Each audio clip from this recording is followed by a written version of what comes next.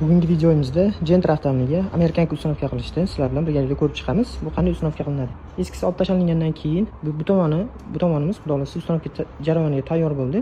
Bu tomonimiz tayyor bo'ldi. Bilmaydiganlar uchun tepasida 3 ta sam anoz bolt bo'ladi, 10 bolt bo'ladi. Shuni yechib olib, Amerikankani qo'ygandan keyin bu yoqda orqa tomonida asosiysi shtekir bo'ladi. Bu zavodskoy farani shtekir bo'ladi, mana qora katta bo'ladi. Bu Amerikankani shtekir bo'ladi. Ikkalasi ikki xil. Tak, bu yoqda asosiysi simni ulanadiganini sizlarga tushuntirib beramiz prinsipini sodda qilib. Tak, shtekirni shunday chiqarib olinadi, tilini bosib, chiqargandan keyin buni o'giramiz orqa tomonini. Orqa tomonda asosiysi dalniy, ближний massa bo'ladi. Bizga ana shu uchala sim kerak bo'ladi. Amerikankan qaysi simlarni ulashdi sizlar bilan birgalikda ko'rib chiqamiz.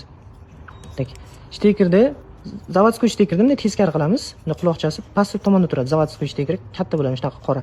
Past tomonga qaratib, Amerikankalik mana shunaqa holatda bo'ladi. Amerikankani bosadigan tomon tepada turadi, mana bosib shunaqa holatda turadi. Tak, ulanishi mana.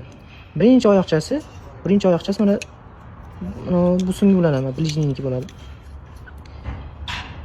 Ko'ksim, och ko'ksim bo'ladi. Tak, oranjeviy, tak, bunisi ikkinchi simimiz mana siyoh rangga ulanadi. Ikkinchi sim siyoh rang, uchinchisi past tomondagisi bo'ladi, uchinchisi massaga ulanadi. Zavodskoy shtekir mana shunaqa holatda teskari turadi. Amerikankaniki mana shunaqa holatda turganida ulanishi oson. Birinchi oyoqchasi mana bunga ulanadi, ikkinchi oyoqchasi mana siyoh rangga, uchinchisi mana qora massaga. Shunaqa holatda ulanadi. Hammaga rahmat.